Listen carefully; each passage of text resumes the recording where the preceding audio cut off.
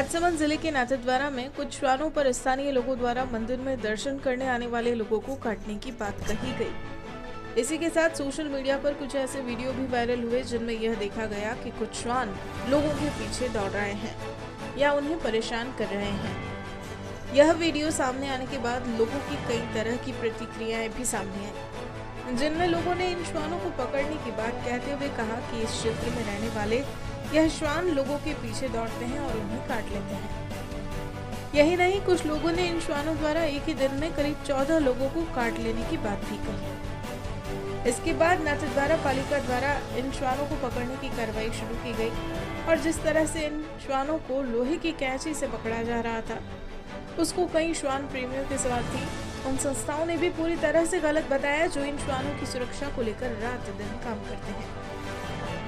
आप इन दृश्यों में देख सकते हैं कि किस तरह नाथद्वारा पालिका का एक कर्मचारी इन श्वानों को लोहे की बनी एक कैंची के जरिए पकड़ रहा है। इस कैंची से इन श्वानों को शारीरिक नुकसान भी हो सकता है।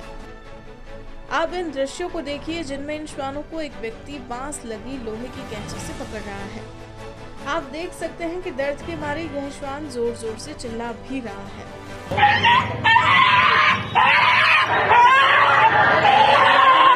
इस तरह के वीडियो सामने आने के बाद उदयपुर एनिमल फीड की डिम्पल भावसार नाथद्वारा पहुंची और उन्होंने इस पूरे घटनाक्रम को गंभीरता से लेते हुए बताया कि आप किसी भी श्वान के ऊपर इस तरह से उसे पकड़कर उन पर अत्याचार नहीं कर सकते हैं। उन्होंने सुप्रीम कोर्ट के निर्देशों का हवाला देते हुए बताया कि नियम के मुताबिक आप किसी आवारा श्वान को उसकी जगह से नहीं हटा सकते, यानी कि उसे किसी सोसाइटी या फिर मोहल्ले से यूं ही नहीं हटाया जा सकता है। धारा 428 और 429 के तहत श्वानों को मारना अपराध है। अगर कोई गली मोहल्लों में रहने वाले श्वानों को मारने या परेशान करने की कोशिश करता है तो इसकी शिकायत पुलिस में भी की जा सकती है। ऐसे जानवरों को मारने या फिर उन्हें जहर देने के लिए आपको 5 साल तक की जेल हो सकती है। वहीं क्रूरता के लिए 3 महीने तक जेल की सजा भी भुगतनी पड़ सकती है।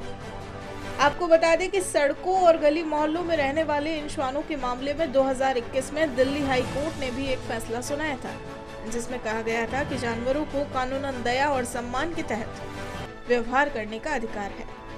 इस दौरान श्वानों को भोजन के अधिकार की बात भी कही गई थी। हालांकि हाई कोर्ट ने कहा कि इस अधिकार को सुनिश्चित करने के लिए आसपास के लोगों को परेशानी नहीं होनी चाहिए।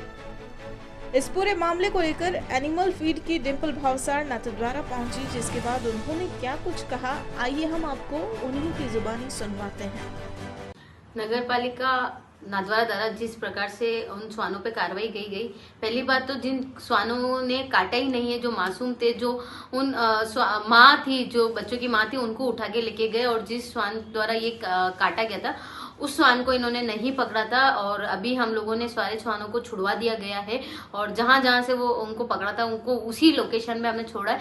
सुप्रीम कोर्ट का ये सख्त नियम है कि आप किसी भी डॉग को रिलोकेट नहीं कर सकते, केवल आप लोग उसको एबीसी के लिए रिलोकेट कर सकते हैं या वैक्सीनेशन के लिए कर सकते हैं, अदरवाइज कोई भी डॉग रिलोकेशन नहीं किया जा सकता है। तो इस चीजों को लोगों को समझने की जरूरत है, डॉग बिहेवियर समझने की जरूरत है। साथ ही उदयपुर एनिमल फीड 1 साल से नाथद्वारा पे काम कर रहा है, जहां पर हमारे द्वारा उनको भोजन और किसी भी प्रकार की सुविधा, रेस्क्यू, ट्रीटमेंट सब कुछ दिया जा रहा था और जिन डॉग को पकड़ा गया वो रेबीज टीकाकरण उन पे किया जा चुका था।